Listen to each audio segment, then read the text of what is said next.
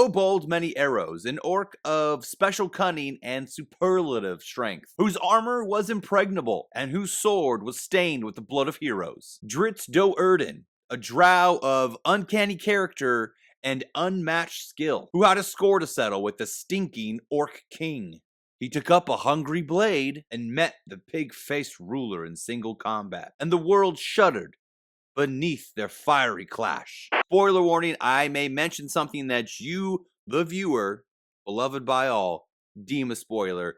You have been warned. Now, I have come to appreciate this series and the genre in which it exists. I also need to acknowledge the fact that I do know that this is not the start of Dritz's story, and maybe some of my criticisms as to how powerful he is are not completely well-founded. Down the road, however, I will read those original books because I do have the first two, the Legacy of Dritz books, and I will reevaluate this opinion at that time. But for now, yeah, the books are all right. I still can't say that I'm a crazy fan for this style of fantasy. I'm just not. But I get it. And sometimes I could probably see myself in the mood for the silly mixed with over-the-top action and some of the wacky, zany solutions that are involved with solving a lot of the hurdles that the characters face. Okay, so let's rehash my view of orcs in this series. Sheer numbers are their strength, and I've come to realize that's okay, because their weakness is that they cannot unite to utilize that strength, usually. And that's why I think that it actually does work well in this trilogy. So I have to confess, I may have been too harsh on the orcs in my earlier reviews. I get it now. Obold is the reason that they are a threat, because he holds them together and binds them in unity through fear and his own strength, and quite frankly his legend. Orcs are not supposed to be great individually. Like a dwarf can be a strong individual fighter. Not that orc can't be, but that's just not their thing. If they were, they would be a massive threat to Faerun. But they are good at making little pig-faced babies in their holes. And if something or someone like Obold can wrangle enough of them under their control, well, then they've got some serious power to wage war against the good folk of the north of Faerun. The Frost Giants, I don't know what to make of them. I still feel like maybe they're being underpowered in order for the heroes to shine. But their leader, Gertie, actually finds herself in a pretty precarious position where disaster or salvation can come from literally like every angle that she could possibly be facing. Her own people feel like they've bled and they've lost their dearest kin for very little gain, like they have nothing to show for the sacrifice that they've made. And for the Frost Giants, unlike the orcs and goblins, whenever one Frost Giant dies, that matters to them, and it's the amount of Frost Giants that have died in this campaign of Obolds, of the stinky inferior orc, does not feel like it's equal to the gains that they have garnered. And this gives her a very real sense of worry that there might be a coup plotted against her when her ailing father eventually dies. So she has to play these constant political games and maneuver herself and others in a way that ensures that she and her people, depending who she's messing around with, will come out on top no matter what the outcome of Obold's war campaign is. Seeing what she values and what she's willing to sacrifice or protect is a very compelling part of the story, and I genuinely like her as one of the antagonists, and genuinely just as a character, definitely more so than Obold or the scheming drow. Speaking of the scheming drow, I really don't get what they were going for, and their strategies still don't make any sense to me. For the most part, they literally get themselves effed over for no other reason than they're bored. I don't know, I just didn't like them as bad guys because their motivations just did not make sense to me. And especially the priestess, and I'm not even going to try to pronounce her name. I have no idea what she was thinking at the end of the book there. Like, why not just run?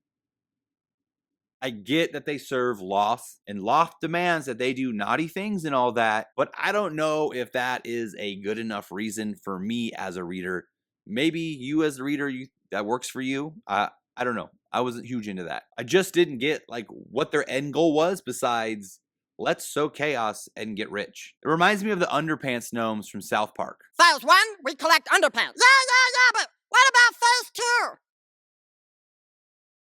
Well, phase 3 is profit. Get it? I don't get it. You see, phase 1, collect underpants. Phase 2, phase 3, profit.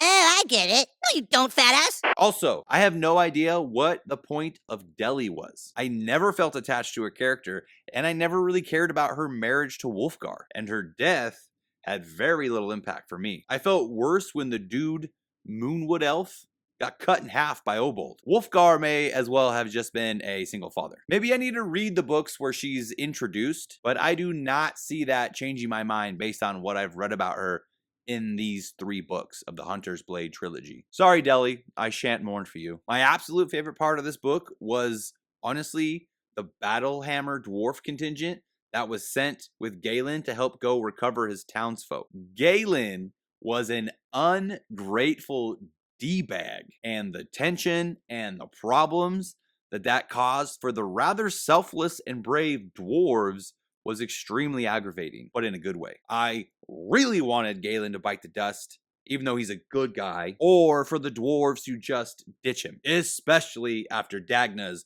valiant last stand. Pour some out for one's homies.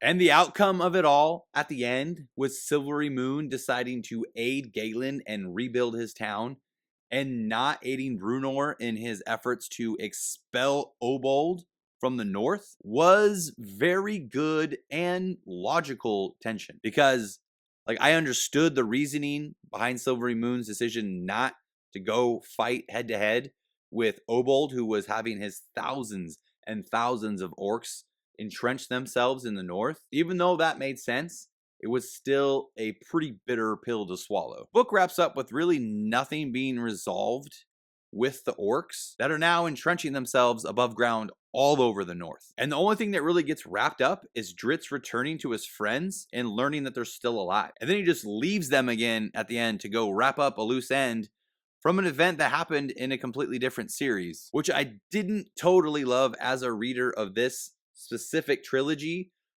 having no knowledge of any other Dritz stories, aside from what was mentioned in these stories through exposition and dialogue in regards to that particular event. Now, I went into the story knowing that this wasn't the start of Dritz's story, like I mentioned earlier, but it is a trilogy. I mean, it's marketed as the Hunter's Blade trilogy. So I was at least hoping that there would be a little bit less loose ends left to be addressed in books outside this trilogy. And I'm not saying that the whole orc war needed to be wrapped up. It's a massive undertaking. So that absolutely could linger on, but there wasn't really a whole lot of things for me inside this story, this series, that felt like it got started and wrapped up by the trilogy. It just feels like these books are part of the larger Dritz series and not necessarily a standalone trilogy within his story. Where yes, it would make sense for things from other stories to come into play, but I don't know, it didn't feel like a standalone trilogy. It just felt like a continuation of what I assume is the rest of Dritz's story. Like I said, I haven't read anything else. Overall, it's not a bad read. And if you enjoy zany, over-the-top action set in a rugged setting filled with all manner of monsters and men, you won't be disappointed with this. However, if Howard's Conan is more your speed for fantasy, you might not like this trilogy too much. But to each their own. This is just my opinion, and who the frick am I anyway? That's all I got for this video. If you're still here, thank you so much. Please like, share, comment, and subscribe, and I will see you guys next time.